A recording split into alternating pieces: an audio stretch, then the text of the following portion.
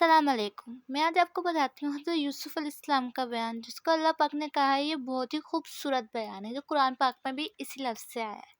تو جب حضرت یوسف علیہ السلام حضرت یعقوب علیہ السلام کے بیٹے تھے، مطلب حضرت یعقوب علیہ السلام جو ہے وہ حضرت یوسف علیہ السلام کے والد تھے، اور حضرت یعقوب علیہ السلام کے 12 بیٹے تھے۔ جو بڑے 10 بیٹے تھے وہ دوسری ماں سے تھے، اور جو حضرت یوسف علیہ السلام تھے اور ان کے بھائی بن یمین وہ دوسری ماں سے تھے۔ تو حضرت یعقوب علیہ السلام حضرت یوسف علیہ السلام اور ان کے دوسرے بھائی یمین کو بہت زیادہ پیار کرتے، کیونکہ وہ چھوٹے بھی تھے اور ان پہ یعقوب علیہ السلام کو زیادہ پیار آتا تھا۔ تو ان کے جو بڑے 10 بیٹے تھے تو وہ حضرت یوسف علیہ السلام سے بہت جلنے لگ گئے تھے، مطلب وہ کہتے تھے کہ ہمارے والد صاحب ہم پہ توجہ زیادہ کیوں نہیں دیتے، جس میں کہ وہ جیسے دیہات میں جس کے پاس زیادہ بیٹے نوجوان ہوں اور وہ بھی زیادہ طاقتور، تو اسے بہت اچھا مانا جاتا تھا۔ تو یہ ہمارے والد صاحب ہمیں اتنا زیادہ کیوں نہیں دیکھتے، کیوں ان چھوٹے چھوٹے بچوں پہ زیادہ توجہ دیتے ہیں۔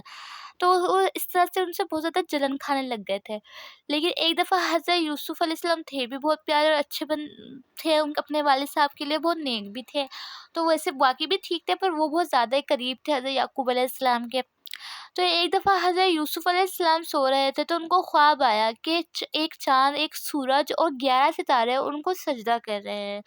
تو وہ جب یہ خواب دیکھا تو اس کے بعد وہ اٹھ کے اپنے والد کے پاس آیا اور اپنے والد صاحب سے فرمانے لگے کہ میں نے اس طرح سے یہ خواب دیکھا ہے کہ چاند، سورج اور 11 ستارے مجھے سجدہ کر رہے ہیں۔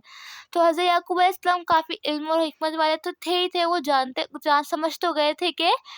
پر انہوں نے حضرت یوسف علیہ السلام کو یہ کہا کہ تمہیں اللہ پاک بہت اچھا حکمت دیں گے اور خوابوں کی تعبیر جاننے کا علم دیں گے، مطلب تم لوگوں کے فیوچر سے مطلب دیکھ سکو گے، مطلب خوابوں کے ذریعے جو ان کی بتا سکو گے، اور بات کی تہہ تک جا کے اچھا فیصلہ کرنے کی حکمت دیں گے۔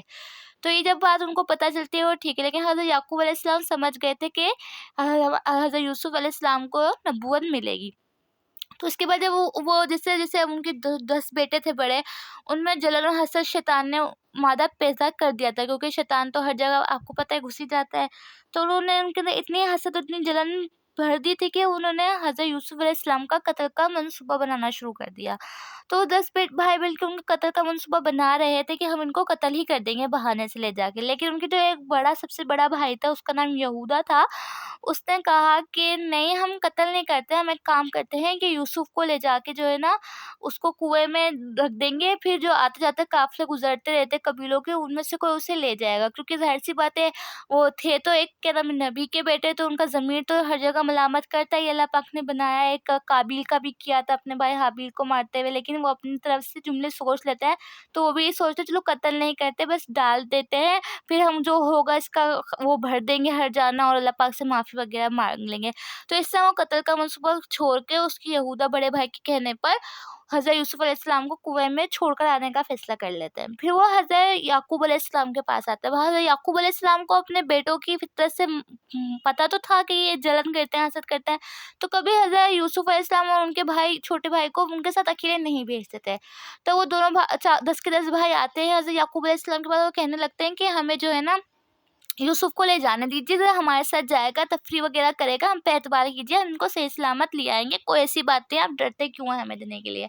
وہ بہلا پھسلا کے حضرت یعقوب علیہ السلام سے لے جاتے ہیں اجازت لے کے حضرت یوسف علیہ السلام کو، اور وہاں پہ جاتے ہیں اور ایسے ہی کرتے ہیں، انہیں کنویں میں چھوڑ کے آ جاتے ہیں۔ لیکن جب وہ واپس آتے ہیں تو حضرت یعقوب علیہ السلام کو کہنے لگتے ہیں کہ ہم لوگ دوڑ لگانے کے لیے گئے تھے، یوسف کو ہم نے سامان کے پاس حفاظت کے لیے رکھا تھا، پیچھے سے آئے تو یوسف کو بھیڑیے نے کھا لیا ہے۔ آپ دیکھ سکتے ہیں کہ یہ شرٹ ہے، اس کی قمیص تھی، کرتا، اس کے اوپر خون لگا کے وہ لے آتے ہیں، وہ دکھا دیتے ہیں ثبوت کے طور پہ۔ لیکن حضرت یعقوب علیہ السلام کہتے ہیں تم جو کہہ رہے ہو میرے پاس کوئی اور ہے نہیں ثبوت، تو میں تمہاری بات پہ یقین کر لیتا ہوں، پر میں جانتا ہوں کہ یہ سچ نہیں ہے، پر میں صبر کی گھونٹ پی لیتا ہوں، کیونکہ ان کو پتہ ہے حضرت یوسف علیہ السلام، ان کو اندازہ تھا، اللہ پاک نے ان کو اشارہ دیا ہوا تھا کہ حضرت یوسف علیہ السلام مرے نہیں ہیں، نہ مریں گے ابھی، تو ان کو یہ تو پتا تھا، لیکن ان کا بیٹا ان کی آنکھوں کے سامنے سے چلا تو جا چکا تھا۔ اب وہیں پہ حضرت یوسف علیہ السلام کو جو وہ کنویں میں چھوڑ کے آتے ہیں، وہیں ایک قافلہ گزرتا ہے، تو ان کے جو قافلے کو جو آگے کچھ لوگ بھیج دیتے ہیں، جو پانی لیتے ہیں قافلے کے لیے، نکالتے ہیں کنویں میں سے، تو وہ کچھ لوگ آ کے ادھر سے نکالنے لگے، جو بالٹی والٹی ڈالتے کنویں میں اس سے نکالنے لگے، تو حضرت یوسف علیہ السلام نے ان کی رسی پکڑ لی، اور جب ان کو لگا پانی ہے، جب انہوں نے کھینچا تو اس میں حضرت یوسف علیہ السلام تھے۔ تو انہوں نے کیا کیا، حضرت یوسف علیہ السلام کو چھپا لیا، اور پھر اس بندے نے اسے مصر کے وہاں مصر بہت بڑی بادشاہ وہاں ریاست تھی کہ وہاں پہ بادشاہت تھی، وہاں بہت زیادہ مطلب آمد و رفت تھی۔ باقی تو جو مصر تھا وہیں پہ سب زیادہ آس پاس تو عرب کا ریگستان تھا، تو مین جو جگہ کہہ سکتے ہیں جہاں پہ بادشاہت بھی ہوتی ہے وہ مصر میں تھی۔ تو وہ انہیں حضرت یوسف علیہ السلام کو مصر میں چند کوڑیوں کے دام بیچ دیتے ہیں، مطلب صحیح قیمت بھی وصول نہیں کرتے، مطلب اپنے حساب سے کم میں ہی بھیجتے ہیں، کیونکہ ان کو ڈر ہوتا ہے کبھی اس بچے کا کوئی جو وارث وغیرہ ہو وہ آ نہ جائے اور مجھ سے یہ چھن نہ جائے۔ تو انہیں ایک وزیر کو، مصر کا ایک کافی بڑا وزیر ہوتا ہے، کافی بڑا عہدیدار ہوتا ہے، ان کو بھیج دیتا ہے۔ اب وہ وزیر جب انہیں خرید لیتا ہے تو وہ اسے اپنے گھر لے جا کے بولتا ہے کہ چلو ہم اس کو رکھتے ہیں اور اس کا خاص خیال رکھیں گے، تاکہ جب یہ بڑا ہو اگر ہم اسے بیچے تو ہمیں زیادہ منافع ہو، یا تو پھر ان کی نا اولاد بھی نہیں ہوتی۔ تو وہ سوچتا ہے اگر یہ اچھا ویسے نیک ہی لگ رہا ہے تو ہم اس کو پھر اپنی اولاد کے طور پہ بھی لے لیں گے۔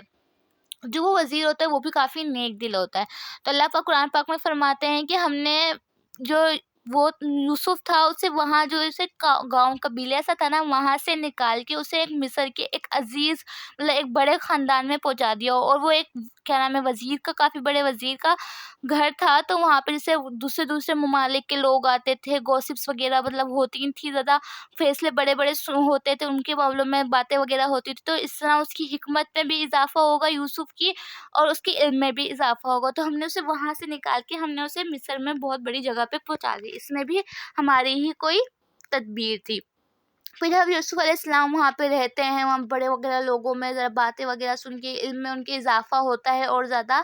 تو جب بڑے ہو جاتے ہیں تو پھر ان کے ساتھ ذرا یہ معاملہ ہوتا ہے کہ جو یوسف علیہ السلام کی خوبصورتی کے تو مشہور ہی قصے ہیں کہ وہ تو اللہ پاک نے انہیں بہت زیادہ خوبصورتی سے نوازا تھا۔ تو جب وہ بڑے ہوتے ہیں تو جو ان کی وزرا کی جو وزیر کی جو بیوی ہوتی ہے نا وہ ہو جاتی ہے حضرت یوسف علیہ السلام کو پسند کرنے لگ جاتی ہے، تو وہ حضرت یوسف علیہ السلام کو اپنی طرف مائل کرنے کی کوشش کرتی ہے۔ تو ایک دن وہ ایسے ان کو اپنی طرف مائل کرنے کی کوشش کر رہی ہوتی ہے، تو حضرت یوسف علیہ السلام جیسے اللہ پاک سے دعا کرتے ہیں کہ اللہ پاک مجھے اس سے بچائیے، کیونکہ میں اس طرف راغب نہ ہو جاؤں۔ تو پھر جو ہے نا جیسے وہ راغب تو بندہ جب کوئی مائل کرنے کی کوشش کرے تو ہونے لگتا ہے، تو اللہ پاک نے وہیں پہ ادھر اس دن حضرت یوسف علیہ السلام کو اشارہ دیا کہ رک جاؤ، تو ان کے دل میں آیا اور وہ فوراً رک گئے اور وہ جانے لگے۔ تو پیچھے سے انہوں نے جب روکنے کی کوشش کری، زلیخا کہتے ہیں ان کا نام، تو ان کا پیچھے سے کرتا پھٹ گیا، لیکن اتنے میں ہی جو ہے نا اس کا جو شوہر تھا، وہ جو وزیر تھا بڑا، وہ آ گیا، اور اس نے اور اس کے ساتھ کافی تھوڑے لوگ بھی تھے جو کہ سمجھ لو کچھ گوسپس کرنے کے لیے ہی آ رہے ہوں گے کسی بات پہ بحث۔ تو جب وہ آئے تو انہوں نے یہ سب دیکھا، تو اس نے فوراً سے اپنا رنگ بدلا اور کہنے لگی کہ یہ جو یوسف ہے یہی مجھے جو ہے نا اکسا رہا تھا، دیکھیں میں آپ کی شریف بیوی، اور دیکھیں میرے ساتھ کیا کرنے کی کوشش کر رہا تھا۔ لیکن حضرت یوسف علیہ السلام بولے اپنے اس میں ڈیفینس کے اندر کہ نہیں، یہ غلط بول رہی ہے، بلکہ یہ مجھے اکسا رہی تھی۔ تو وہاں پہ اب دونوں معاملات دونوں الگ الگ ہو گئی تھی۔ تو پھر اتنے میں ایک جو ان کے جو زلیخا کے خاندان میں سے جو لوگ آئے ہوتے ہیں اس میں سے ایک شخص کھڑا ہو کے بولتا ہے اگرچہ اس کا یوسف کا کرتا آگے سے پھٹا ہے تو سمجھ جائیے کہ جو ہے نا اس کی غلطی ہے، یوسف کی غلطی ہے، یوسف خطا کار ہے، لیکن اگر کرتا پیچھے سے پھٹا ہے تو اس کی یہ جو عورت ہے یہ خطا کار ہے، اسی کی غلطی ہے۔ تو جب دیکھا جاتا ہے تو حضرت یوسف علیہ السلام کا کرتا پیچھے سے پھٹا ہوتا ہے۔ تو پھر وہ کہتے ہیں جو وزرا ہوتا ہے وہ اچھے دل کا تو ہوتا ہے، وہ کہتا ہے میں معافی مانگتا ہے، تو یوسف علیہ السلام سے کہتے ہیں کہ میں تم پہ شک کیا بلکہ یہ نہیں بتاتی اس کی نیت غلط تھی، اور کہتے تم اس بات میں کو بھول جاؤ، کوئی بات نہیں۔ وہ جیل وغیرہ جاتے ہیں، لیکن وہ تھی تو ایک بڑے عہدیدار کی بیوی، تو جیسے آس پاس کے جو باقی وزراء وغیرہ تھے ان کے گھروں میں ان کی عورتوں میں یہ گوسپس پھیلنے لگ گئے کہ بھئی اس کو تو دیکھو ایک غلام پہ مر مٹی، اس سے محبت کرنے لگی اور اس طرح کی حماقت کر گئی۔ تو اب جو زلیخا تھی جو ہے نا وہ کہنے لگی خود کی ان کے وہ جانتی تھی باقی وزراء کی جو تھے ان کے بھی کردار کو اتنا زیادہ صاف تو نہیں تھے ان کی خواتین کی، پر ان کو ایک موقع مل گیا تھا اس کے بارے میں گوسپس کرنے کے لیے۔ تو وہ سب کو ایک دن دعوت پہ بلاتی ہے بڑی، اور سب کے آگے فروٹ کے ساتھ ایک ایک چھری رکھ دیتی ہے، اور پھر حضرت یوسف علیہ السلام کو بلاتی ہے۔ تو جب حضرت یوسف علیہ السلام آتے ہیں تو ان میں سے ایک جو عورت ہوتی ہے وہ جیسے حضرت یوسف علیہ السلام ایک دم انٹر ہوتے ہیں تو شوق ہو جاتی ہے ایک دم سے، اور وہ اپنی انگلی کاٹ لیتی۔ تو حضرت یوسف علیہ السلام جو ہوتے ہیں وہ خادم تو اس وقت غلامی میں تو ہوتے ہیں ان کی، تو وہ آتے ہیں، وہ ایک مہمان کی خدمت کے طور پہ ان کی جیسے مرہم پٹی کرنے لگتے ہیں، تو وہ اس عورت کی طرف متوجہ ہو جاتے ہیں۔ تو وہ اتنے حسین ہوتے ہیں کہ جو باقی عورتیں بیٹھی ہوتی ہیں وہ بھی ان کو اپنی طرف متوجہ کرنے کے لیے اپنی انگلیاں کاٹ لیتے تاکہ یوسف ہماری طرف بھی متوجہ ہو۔ اب یہ ہونے کے بعد جو جتنی بھی وہ عورتیں خواتین ہوتی ہیں وہ حضرت یوسف علیہ السلام کے پیچھے پڑ جاتی ہیں۔ تو اب حضرت یوسف علیہ السلام بہت پریشان ہو جاتے ہیں، کہتے ہیں یہ سب تو مجھے غلط کام کی طرف اکسانے میں لگی ہیں یا اللہ، اور میں کیا کروں، اس سے بہتر ہے کہ میں جیل میں ہی چلا جاؤں کہ میں ان کے ذریعے غلط کام میں نہ پڑ جاؤں۔ تو بھی یہ معاملہ ہوتے ہوئے اللہ پاک ان کی دعا سن لیتے ہیں، اور جو وہاں کے وزراء ہوتے ہیں سارے وہ کہتے ہیں ہم اپنی بیویوں کو تو قابو کر نہیں سکتے، ہم کیا کریں، تو بڑا معاملہ ہے، تو ہم ایک کام کرتے ہیں یوسف کو ہی جو ہے نا جیل میں کر دیتے ہیں تاکہ ان لوگوں کو ٹھنڈے ہو جائے۔ تو یوسف علیہ السلام کو وہ جیل میں ڈال دیتے ہیں۔ جب حضرت یوسف علیہ السلام کو جیل میں ڈال رہے ہوتے ہیں اسی وقت دو اور قیدی ہوتے ہیں، انہیں بھی لے کر آ کے جیل میں ڈالا جا رہا ہوتا ہے۔ تو وہ دونوں جو ہے نا حضرت یوسف علیہ السلام سے مخاطب ہوتے ہیں اور کہنے لگتے ہیں کہ آپ ہمیں بہت بزرگی والے اور اچھے بندے، نیک بندے لگ رہے ہیں، حکمت والے، تو ہمارے جو ہے کچھ خواب، ایک خوابز ہے اس کی ہمیں تعبیر بتا دیجیے۔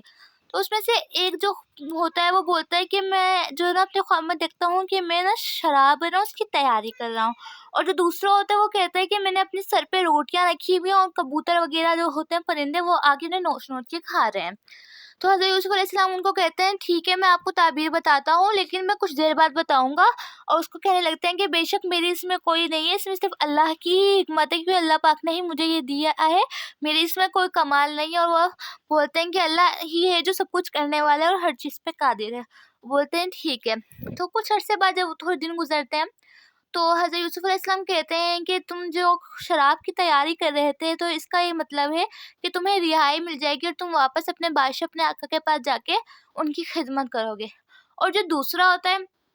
وہ کہتا ہے کہ تمہیں پھانسی ہو جائے گی، اور پھانسی کرنے کے بعد تمہاری جو جیسے لٹکی ہوئی لاش ہوتی ہے تو تمہارا جو سر ہوگا نا، سر کا جو دماغ ہوتا ہے بھیجا اسے نا جو چیل کا ہوئے کبوتر ہوتے ہیں نا وہ آ کے نوچ نوچ کے کھائیں گے۔ تو ویسا ہی ہوتا ہے، جو دوسرا والا بندہ ہوتا ہے اسے رہائی مل جاتی ہے، اور جو دوسرا بندہ ہوتا ہے دوسرے والا اسے جو ہے نا پھانسی ہو جاتی ہے۔ لیکن جس کو رہائی مل رہی ہوتی ہے تو حضرت یوسف علیہ السلام کہتے ہیں تم جا تو رہے ہو لیکن تم نا اپنے بادشاہ کو نا میری بات میرے بارے میں بتانا، مجھے بتانا کہ میرے ساتھ کیا ہوا اور کیا ہوا، کیسے ہوا۔ تو وہ بولتا ہے ٹھیک ہے، لیکن شیطان وہیں پر وہ آ جاتا ہے اور شیطان اس کے دماغ میں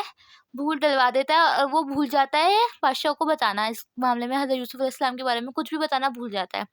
پھر کچھ عرصہ گزرتا ہے، کہتے ہیں کہ 9 سال کے درمیان میں یا 9 سال کچھ اتنا عرصہ گزرتا ہے، تو بادشاہ جو ہے نا، بادشاہ کہتے ہیں کہ وہ بہت اچھا اور رحم دل ہوتا ہے، اچھا بادشاہ ہوتا ہے، مطلب مسلمان نہیں ہوتا پر ایز ویسے اچھا انسان ہوتا ہے بادشاہ وہ۔ تو وہ اپنے درباریوں کو جمع کرتا ہے اور کہنے لگتا ہے کہ میں نے خواب دیکھا ہے کہ 7 گایاں جو بہت ہی زیادہ سوکھی اور بالکل بہت ہی خراب حالت میں، اور 7 جو چست تندرست گائے نا ان کو نکل گئی، اور 7 نا جیسے بوٹے ہوتے ہیں جیسے کچھ کہتے ہیں اناج کی کچھ اس طرح کی چیز ہوتی ہے وہ ہیں گی۔ تو اس کا میں کیا مطلب لوں؟ تو کوئی مجھے اس کی خواب کی تعبیر بتائے۔ تو کوئی وہاں پہ کوئی اتنا علم والا ہوتا ہی نہیں جو اس کا خواب کی تعبیر بتا سکے۔ تو اتنے میں وہ جو خادم ہوتے ہیں نا اس کے دماغ میں فوراً حضرت یوسف علیہ السلام کا خیال آتا ہے کہ وہ کہتا ہے کہ ہاں میں جانتا ہوں ایک شخص کو، آپ رکے میں اس سے جا کے ابھی اس کے بارے میں پوچھ کے آتا ہوں، وہ ضرور جانتا ہوگا۔ وہ کہتے ہیں ٹھیک ہے۔ اب جو حضرت یوسف علیہ السلام کے پاس وہ بندہ پہنچتا ہے تو حضرت یوسف علیہ السلام جب یہ خواب سنتے ہیں تو وہ نہ صرف خواب کی تعبیر بلکہ اس کی تدبیر بھی بتاتے ہیں کہ اس سے بچا کیسے جائے۔ وہ کس طرح کے، وہ جب انہیں یہ خواب بتاتے تو وہ بولتے ہیں کہ اس کا خواب کا مطلب یہ ہے کہ آپ کے یہاں پہ بادشاہت میں 7 سال بہت زیادہ تندرست گزریں گے، بہت اچھے گزریں گے، خوب اناج اور خوب فصلیں اگیں گی، کیونکہ جو مصر تھا اسی میں ہریالی تھی، باقی آجو باجو میں جو سب جگہ ریگستان تھے نا اس کے، تو سارا جو مرکز تھا ایک اناج کا تو وہ وہیں سے ہوتا تھا۔ تو 7 سال بہت اچھے گزریں گے، پر جو اگلے اس کے بعد 7 سال آئیں گے نا وہ بہت ہی زیادہ قحط کے ہوں گے کہ کھانے پینے کے لالے پڑ جائیں گے۔ تو اس لیے ہمیں چاہیے کہ جو 7 سال ابھی ہیں ان میں ہمیں اناج جتنا ہماری ضرورت ہے اس کے حساب سے ہی خرچ کریں، باقی ہم ذخیرہ کریں، انہیں بوٹیوں میں جو ان کی ڈالی ہوتی ہے ان میں ہی رہنے دیں، جو باقی کا ہوگا جو بچائیں ہم، تاکہ اس میں کیڑا بھی نہ لگے اور وہ ہمارے سیف بھی ہو جائیں۔ تو وہ جب یہ ساری بات ماجرا سن کے جا کے بادشاہ کو بتاتا ہے تو بادشاہ بہت خوش ہوتا ہے اور کہتا ہے یہ تو بہت زیادہ علم اور حکمت والا بندہ ہے، اسے جیل میں کیوں رکھا ہے، اسے تو میرے پاس لے کر آؤ۔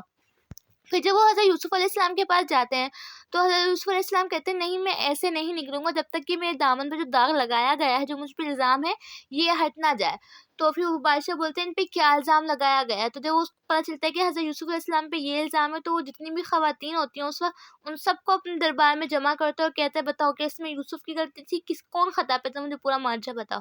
تو اس میں وہ ساری جو خواتین ہوتی ہیں وہ کہنے لگتی ہیں نہیں ہم ہی خطا کار تھے، یوسف تو بالکل اچھا اور نیک صاف صفت کا انسان ہے گا۔ تو زلیخا بھی بولتی ہے ہاں ہم ہی بدکار تھے، ہم نے ہی اسے اکسانے کی کوشش کری پر پھر بھی وہ اکسا نہیں۔ تو جب یہ بات کلیئر ہو جاتی ہے تو پھر حضرت یوسف علیہ السلام باہر نکلتے ہیں اور اللہ کا شکر ادا بھی کرتے ہیں اور باہر نکل جاتے ہیں۔ پھر بادشاہ بولتا ہے کہ تم میرے خاص بندے بن جاؤ جو مجھے مشورے وغیرہ دے، مطلب کافی بڑا عہدہ ہوتا ہے اس پہ فائز ہو جاؤ۔ لیکن حضرت یوسف علیہ السلام منع کر دیتے ہیں اور کہتے ہیں کہ مجھے اب وزیر خزانہ ٹائپ جیسے ہوتے ہیں جو خزانے کی رکھوالی کرتے ہیں وزراء، اس کا وزیر بنا دے تاکہ میں آگے کی جو 7 سال کے عہد کے آنے والے ہیں ان کے لیے پلاننگ بھی کر سکوں، کیونکہ میرے پاس اس کے بارے میں علم بھی ہے۔ تو جیسے کہ آپ نے خواب بھی دیکھا ہے تو اس لیے مجھے اس عہدے پہ فائز کر دیں۔ تو جو اس وقت کا بادشاہ ہوتا ہے وہ انہیں اس عہدے پہ فائز کر دیتے ہیں۔ اب حضرت یوسف علیہ السلام کے 7 سال بہت اچھے گزرتے ہیں، وہ ظاہر سی بات ہے وہ خوب انداز اگتا ہے، لیکن جیسے ہی اگلے 7 سال آ جاتے ہیں فوراً سے وہی کیا نام ہے قحط کے، تو انہوں نے کافی زیادہ جو ہے نا ذخیرہ کیا ہوا ہوتا ہے اناج۔ پھر وہ کہتے ہیں کہ آس پاس کے جتنے بھی قبیلے ہوتے ہیں وہ ان کے پاس ہی ادھر مصر میں آ کے اناج خریدتے تھے، تو وہ کہتے ہیں کہ ہر بندے کو 1 اونٹ برابر 1 سال کے لیے اناج دیا جائے گا، مطلب 1 اونٹ پہ جتنا بھی اناج لادا جا سکتا ہے اتنا اناج دیا جائے گا، اور جتنے پیسوں کے عوض دیا جائے گا وہ طے ہو جاتا تھا جس کے پاس جتنے ہوتے تھے۔ تو اب جب سب آتے تھے ایسے ہی لے کر جاتے تھے، تو جو حضرت یوسف علیہ السلام کے 10 بھائی ہوتے ہیں نا وہ بھی حضرت یوسف علیہ السلام کے دربار میں حاضر ہوتے ہیں، اور حضرت یوسف علیہ السلام 10 کے 10 کو دیکھ کے پہچان جاتے ہیں کہ یہ تو میرے بھائی ہیں گے، لیکن وہ 10 کے 10 حضرت یوسف علیہ السلام کو نہیں پہچانتے۔ تو وہ کچھ اپنے جیسے سامان ہوتا ہے جیسے اون وغیرہ اس طرح کی چیزیں لاتے ہیں اور کہتے ہیں ان کے عوض ہمیں جو ہے نا اناج دے دیجیے، تو وہ کہتے ہیں چلو ٹھیک ہے، لیکن ان کے 10 بھائی بولتے ہیں کہ ہمارا ایک اور 11واں بھائی ہے وہ آ نہ سکا، اس کا بھی اناج دے دیجیے۔ تو حضرت یوسف علیہ السلام کہتے ہیں تو وہ تمہارا 11واں بھائی کیوں نہیں آیا، جو آئے گا وہی لے کر جائے گا۔ تو وہ کہتے ہیں وہ نہیں آ سکا کسی وجہ سے، ہمارے والد نے انہیں نہیں بھیجا۔ تو وہ کہتا ہے اگلی دفعہ جب آؤ تو اسے بھی لے کر آنا، ورنہ میں تمہیں اناج نہیں دوں گا۔ کیونکہ وہ پہلے تو بہت پلائٹلی بات کرتے ہیں، پر یہ والی جو بولتے ہیں کہ اگلے سال آؤ تو 11ویں بھائی کو لے کر بھی آنا، تو یہ تھوڑا سا وہ تیز آواز غصے میں بولتے ہیں۔ پھر وہ چلے جاتے ہیں، تو وہ حضرت یعقوب علیہ السلام کے پاس پہنچتے ہیں، تو حضرت یعقوب علیہ السلام کو 10 کے 10 بھائی بولتے ہیں کہ اس طرح سے جو ہے نا ہمیں اناج دیا گیا ہے، تو اگلی دفعہ اگر اس کا بھی چاہیے 11ویں بھائی کا بھی تو جانا پڑے گا، ورنہ ہمیں اناج نہیں ملے گا۔ تو وہ جو اپنی اناج کی بوریاں کھولتے ہیں نا، تو اس کے اندر جو نا ان کے اناج کے ساتھ جو وہ سامان لے کے گئے تھے جس کے عوض انہوں نے اناج لیا تھا وہ بھی واپس ڈلا ہوا ہوتا ہے۔ تو وہاں دکھاتے ہیں کہ حضرت یوسف علیہ السلام جو تھے انہوں نے اپنے ان کو کہا تھا، تو ان کے نوکر غلام ہوتے ہیں کہ ان کا سامان بھی واپس ان کے سامان میں ڈال دو تاکہ جب جائیں تو ان کو میرے احسان یاد رہے اور جو ہے نا یہ بھولے نہیں مجھے۔ تو پھر وہ جب دیکھتے تو وہ اور زیادہ اپنے باپ کے پہ بضد ہو جاتے ہیں کہ اگلی دفعہ یمین کو بھی ہمارے ساتھ بھیج دینا۔ پر حضرت یعقوب علیہ السلام ایک دفعہ ڈس کھا چکے تھے حضرت یوسف علیہ السلام کے معاملے میں، جس کا دکھ وہ ابھی بھی راتوں کو رو رو کے مناتے تھے۔ صبر تو انہوں نے کر لیا تھا کیونکہ وہ جانتے تھے کہ یوسف مر نہیں سکتا،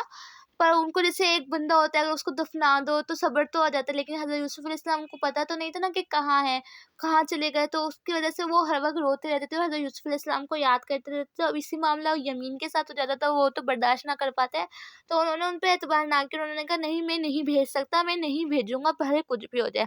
تو پھر وہ دونوں 10 کے 10 بھائی جو ہوتے ہیں وہ حضرت یعقوب علیہ السلام کو کرتے رہتے پھر حضرت یعقوب علیہ السلام کہتے ہیں اچھا ٹھیک ہے اگر تم لے کر جانا ہی چاہتے ہو تو اس بار اگر کچھ بھی اگر یمین کو تم ساتھ نہیں لائے تو پھر اللہ کا معاملہ ہے، اور پھر اللہ تم 10 کے 10 کو اس کی برابر کی سزا دے گا۔ تو ان سے اللہ پاک کی قسم اٹھوا لیتے ہیں اور پھر اس وعدے پر وہ اگلے سال یمین کو بھی ان کے ساتھ بھیج دیتے ہیں۔